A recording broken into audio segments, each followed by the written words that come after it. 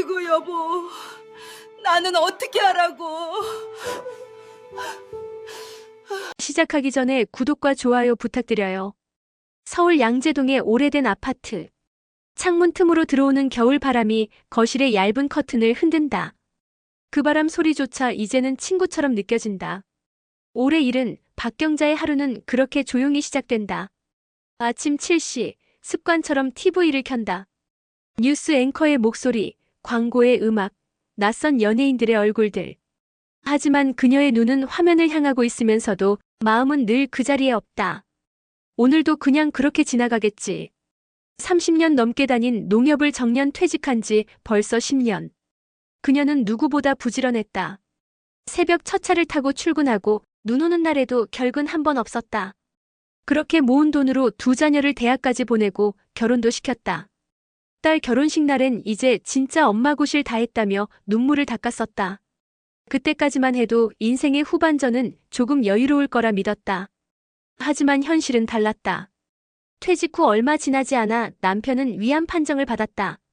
그녀는 모든 병원 예약과 간병을 도맡았다. 식사도 잠도 제대로 하지 못한 채 병실과 집을 오가던 3년. 그렇게 버티고 버티던 어느 날 남편은 조용히 세상을 떠났다. 여보, 나 조금만 더 기다려요. 나 아직 준비가 안 됐는데. 그녀의 울음은 병실 천장에 부딪혀 메아리 쳤다. 남편이 떠난 지 이제 1년. 하지만 방 안엔 아직도 그의 흔적이 남아 있었다. 침대 머리맡엔 남편이 마지막으로 읽던 성경책, 화장대 위엔 약 봉지 몇 개가 그대로 놓여 있었다. 퇴직금 대부분은 남편 치료비로 썼고 그나마 남은 적금은 자식들 결혼 자금으로 내줬다. 엄마, 나 신혼집 전세금이 좀 모자라서. 엄마, 애들 어린이집 보내려면 이사해야 하는데. 경자는 주저없이 통장을 열었다.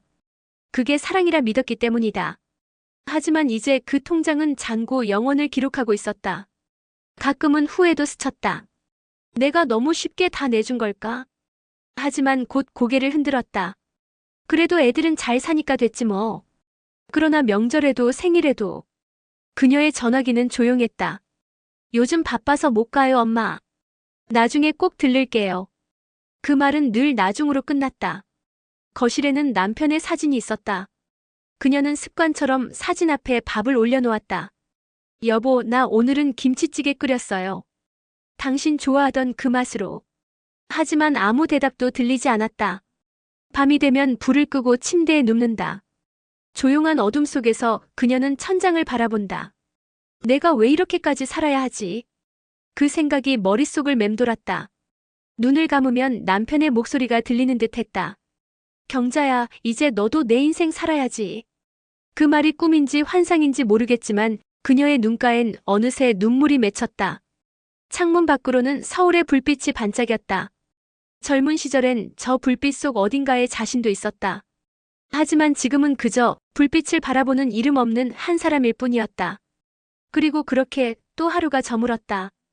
봄바람이 불던 어느 날이었다. 양재천을 따라 핀 벚꽃이 흩날리던 오후, 박경자는 시장에서 미역국 재료를 사들고 돌아오던 길이었다. 그때 전화벨이 울렸다. 휴대폰 화면에 뜬 이름은 김미정. 농협 시절부터 40년 지기 동료였다. 미정아. 웬일이야? 평소보다 반가운 목소리로 전화를 받았지만 수화기 너머의 목소리는 떨리고 있었다. 경자씨 선자 언니 말이야. 오늘 새벽에 갔대. 순간 경자의 손에서 장바구니가 미끄러졌다. 당근과 미역이 바닥에 쏟아졌다. 뭐라고? 이선자가? 아니, 얼마 전에도 통화했잖아. 그때까지만 해도 건강하다고. 간암이래. 한 달 만에 그렇게 됐대. 전화기 너머로 들려오는 미정의 울먹임. 그 소리가 머릿속에서 메아리 쳤다. 한 달 만에 그렇게 됐다고. 경자는 한참 동안 말을 잇지 못했다. 그녀의 머릿속에는 불과 몇 달 전 카페에서 웃던 선자의 얼굴이 떠올랐다. 경자야, 우리 다음 봄엔 같이 진해 벚꽃 보러 가자. 그때는 꼭 내가 예약할게. 그 약속은 이제 영영 지켜질 수 없게 되었다. 며칠 뒤 경자는 검은 코트를 꺼내 입고 서울 아산병원 장례식장으로 향했다. 입구에는 하얀 국화꽃 향이 짙게 깔려 있었다. 이선자. 익숙한 이름이 적힌 영정 사진 속 환하게 웃는 얼굴이 너무 낯설었다. 사진 속 선자는 여전히 생기 있었다. 그런데 현실의 그녀는 이제 이 세상 사람이 아니었다. 이제 나만 남았네. 경자는 작은 목소리로 중얼거렸다. 그 말이 장례식장 천장에 부딪혀 돌아오는 것 같았다. 그녀의 눈앞에는 함께했던 세월이 필름처럼 지나갔다. 점심시간마다 함께 먹던 김밥, 회식 자리에서 박수치며 웃던 모습, 퇴직식 날 서로에게 건넸던 꽃다발. 그 모든 순간이 이제는 과거형이었다. 조문을 마치고 돌아오는 길, 버스 창밖으로 스치는 서울의 불빛이 희미하게 흔들렸다. 그녀는 그 불빛을 바라보다가 왠지 모르게 가슴이 먹먹해졌다. 이젠 내 차례인가? 그 생각이 마음 한구석에서 스멀스멀 올라왔다. 그날 밤 집에 돌아온 경자는 남편의 영정 앞에 앉았다. 촛불이 바람도 없는데 흔들리고 있었다. 여보, 선자도 갔대요. 우리 셋이서 나중에 제주도 간다고 했었잖아요. 그녀의 목소리는 떨렸다. 다들 떠나는데 나는 왜 아직 여기에 있을까요? 눈물이 볼을 타고 흘러내렸다. 한참을 그렇게 울다가 그녀는 초점을 잃은 눈으로 천장을 바라봤다. 나도 그냥 따라가고 싶다. 그 말이 입 밖으로 새어나왔다. 그때 갑자기 휴대폰이 진동했다. 모르는 번호였다. 요즘 같은 세상엔 보이스피싱일지도 몰라. 그녀는 망설이다가 전화를 받지 않았다. 하지만 그 번호는 밤새도록 계속 울렸다. 새벽 2시가 넘도록 벨이 멈추지 않았다. 경자는 결국 전화기를 들어 화면을 봤다. 문자 하나가 도착해 있었다. 박경자님, 구청 자원봉사센터입니다. 지난번 신청하신 독거 어르신 말벗 봉사가 승인되었습니다. 그녀는 멍하니 화면을 바라봤다. 얼마 전 심심풀이로 눌렀던 봉사활동 신청 버튼. 그게 진짜 등록될 줄은 몰랐다. 그 순간 그녀의 마음에 작은 파문이 일었다. 내가 아직 할 일이 남았나? 창밖에서는 봄비가 조용히 내리고 있었다. 그리고 그 빗소리 사이로 어딘가에서 들리는 듯 했다. 경자야, 아직 끝난 거 아니야. 그녀는 한참을 그 자리에 앉아 있었다. 눈물은 멈췄지만 가슴 한켠에 오래된 무언가가 조금씩 녹아내리는 듯 했다. 며칠 동안 잠을 설친 끝에 박경자는 결심했다. 이러다 진짜 병나겠어. 뭐라도 해야지. 그녀는 근처 주민센터에서 자원봉사 신청서를 냈다. 평생 처음으로 나를 위한 시간이 아닌 누군가를 위한 시간을 써보기로 한 것이다. 봉사활동 첫날, 이름표가 달린 조끼를 입는 순간 어딘가 낯설고 어색했다. 내가 이런 걸 하게 될 줄이야. 스스로도 믿기지 않았다. 봉사 장소는 근처 요양원이었다. 70세의 그녀보다 더 나이 든 이들이 누워있거나 휠체어에 앉아 있었다. 박경자 봉사자님, 이쪽 방 어르신들 식사 도와주세요.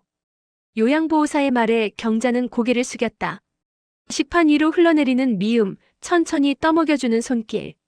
처음엔 불편했지만 할머니 한 분이 그녀의 손을 꼭 잡았다. 따뜻하네, 딸 같구먼. 그 한마디에 경자의 눈시울이 뜨거워졌다. 남편을 잃은 지 1년, 자식들과도 멀어진 채 살던 그녀에게 오랜만에 필요한 사람이 된 기분이었다. 그날 오후 요양원 마당의 벤치에 앉아 있을 때 어떤 남자가 다가왔다. 혹시 오늘 처음 오셨죠? 낯선 얼굴이시네. 회색 조끼를 입은 단정한 인상의 노인이었다. 네, 오늘 처음이에요. 저는 이종길이에요. 매주 월수금 여기에 와요. 그는 말끝마다 미소를 잃지 않았다.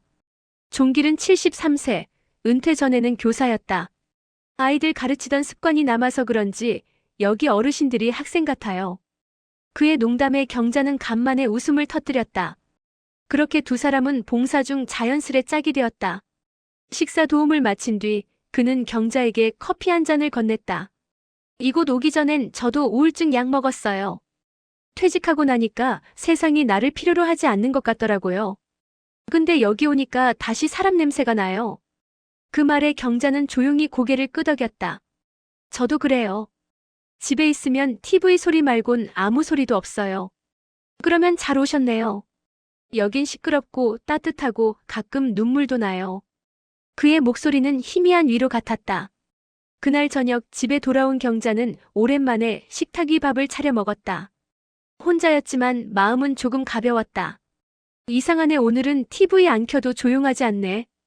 다음 주 다시 요양원을 찾았을 때 한 할머니가 손가락으로 그녀를 가리키며 말했다. 어제도 왔던 사람이지. 경자는 웃으며 대답했다. 저 기억하세요? 오늘은 제가 노래 한 곡 불러드릴게요. 그녀는 젊은 시절 즐겨 부르던 트로트를 불렀다. 요양원 복도에 웃음소리가 퍼졌고 누군가 박수를 쳤다. 그리고 그 끝자락에서 이종길이 조용히 말했다. 경자씨, 목소리 참 좋네요. 꼭 봄 같아요. 그 한마디가 또 하루를 살 힘이 되었다. 그날 밤 그녀는 남편의 사진 앞에서 중얼거렸다. 여보, 나 이제 조금 괜찮아질 것 같아요. 하지만 그 평화는 오래가지 않았다. 며칠 뒤 요양원에서 뜻밖의 소식을 전해왔다. 이종길 봉사자님이 병원에 입원하셨어요. 심장이 안 좋으시대요. 경자의 손에 들려있던 커피가 덜컥 떨어졌다. 그녀는 처음으로 깨달았다. 자원봉사는 누군가를 돕는 일이 아니라 누군가를 잃지 않기 위해 애쓰는 일이라는 걸. 며칠 동안 잠을 이루지 못한 박경자는 결국 병원을 찾았다. 요양원에서 알려준 주소를 들고 지하철을 3번이나 갈아타고 도착한 곳은 도심 외곽의 낡은 종합병원이었다. 이종길 환자분은 508호실이에요. 간호사의 말에 경자는 조심스레 문을 밀었다. 침대 위에는 늘 미소를 잃지 않던 그가 산소호흡기를 낀 채 누워 있었다. 창문 너머로 햇살이 스며들었지만 병실 공기는 무겁게 가라앉아 있었다. 이 선생님. 경자의 목소리가 떨렸다. 종길은 천천히 고개를 돌리며 희미하게 웃었다. 경자 씨 왔네요. 요양원은 잘 있죠? 그의 목소리는 예전보다 훨씬 약했지만 여전히 따뜻했다. 그냥 좀 피곤해서 검사 받으러 온 거예요. 곧 나갈 겁니다. 그는 애써 밝게 말했다. 그러나 침대 옆에 놓인 진료 기록표에는 신부전 말기라는 글씨가 선명했다. 경자는 말없이 그의 손을 잡았다. 마치 오래된 친구처럼 혹은 잃어버린 가족처럼. 저 사실 하나 고백할 게 있어요.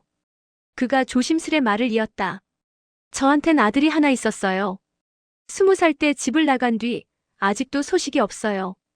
교사였던 내가 정작 내 자식 하나는 가르치지 못했죠. 그는 창문을 바라보며 조용히 말했다. 그 아이가 마지막으로 남긴 말이 아버지는 너무 냉정해요였어요. 그 말이 평생 가시처럼 박혀 있었죠. 그래서 요양원에서 어르신들 돌볼 때마다 그에게 못해준 걸 조금이라도 대신하려고 했어요. 경자는 아무 말도 하지 못했다. 그의 눈빛은 이미 세상을 떠날 준비를 하는 사람의 것이었다. 며칠 후 요양원 봉사활동을 마치고 돌아오던 경자는 전화 한 통을 받았다. 박경자 봉사자님, 이종길 어르신이 오늘 새벽에. 그녀는 그 자리에 주저앉았다. 눈물이 나지 않았다. 그저 머릿속이 하얗게 비어버렸다. 며칠 뒤 병원에서 그녀 앞으로 작은 봉투 하나가 도착했다. 박경자님께. 봉투 안에는 손으로 꾹꾹 눌러 쓴 편지 한 장과 낡은 사진이 들어있었다. 사진 속에는 젊은 시절의 종길과 어린 소년이 웃고 있었다. 경자 씨에게. 요양원에서 처음 봤을 때 당신의 표정이 예전 내 아내와 참 닮았다고 생각했습니다. 말없이 웃는 듯하지만 마음은 쓸쓸해 보였죠. 그래서인지 함께 있을 때마다 내 삶이 다시 숨을 쉬는 것 같았어요. 이제 저는 제 아들을 찾으러 가야 할 것 같습니다. 혹시라도 그 아이가 이 편지를 본다면 내가 마지막까지 좋은 사람을 만나 행복했다고 꼭 전해주세요. 당신 덕분에 마지막 봄을 참 따뜻하게 보냈습니다. 고맙습니다. 이종길 드림. 편지를 읽는 동안 경자는 처음으로 조용히 울었다.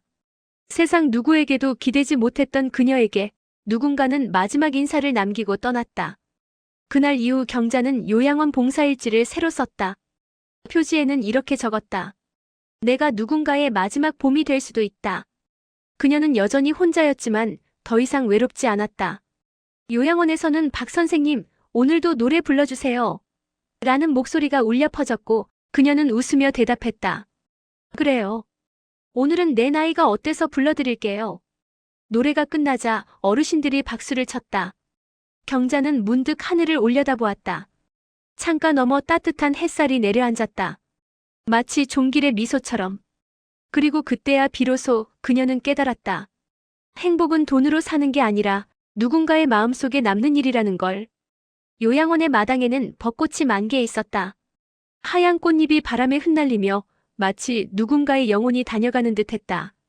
박경자는 그날도 평소처럼 요양원 식당에서 식판을 나르고 있었다. 박 선생님, 오늘은 새로운 봉사자 한 분 오신대요. 젊은 남자분이래요. 요양원 사회복지사가 웃으며 말했다. 잠시 후 문이 열리고 낯선 청년이 들어왔다. 단정한 셔츠 차림, 약간은 긴장된 얼굴. 안녕하세요. 자원봉사 신청한 이도현입니다. 그의 이름을 듣는 순간 경자는 순간적으로 숨이 멎는 것 같았다. 편지 속에서 보았던 이름. 이종길의 아들 이름이 바로 이도현이었다. 도현 씨라고요? 경자가 조심스레 물었다. 네, 어머니 성함이 정은이었고 아버지는 오래전에 헤어져서 잘 모릅니다. 그는 쑥스럽게 웃었다. 그 순간 경자의 눈가에 눈물이 맺혔다. 그녀는 떨리는 손으로 가방을 열었다. 그 안엔 아직도 버리지 못한 종길이 남긴 편지가 있었다. 잠깐 이거 한번 봐줄래요? 경자는 편지를 꺼내 조심스레 내밀었다. 도연은 편지를 받아들고 읽기 시작했다. 처음엔 의아한 표정이었지만 내 아들에게 전해주세요라는 문장을 읽는 순간 그의 손이 멈췄다. 눈가가 붉어졌다. 이 글씨 맞아요. 어릴 때 아버지가 써준 크리스마스 카드랑 똑같아요. 그는 더 이상 말을 잇지 못했다. 손으로 얼굴을 가리며 소리 없이 울기 시작했다. 경자는 조용히 그의 손을 잡았다. 그래요, 내 아버지 정말 좋은 분이었어요. 마지막까지 너 걱정만 하셨어. 도연은 울먹이며 물었다.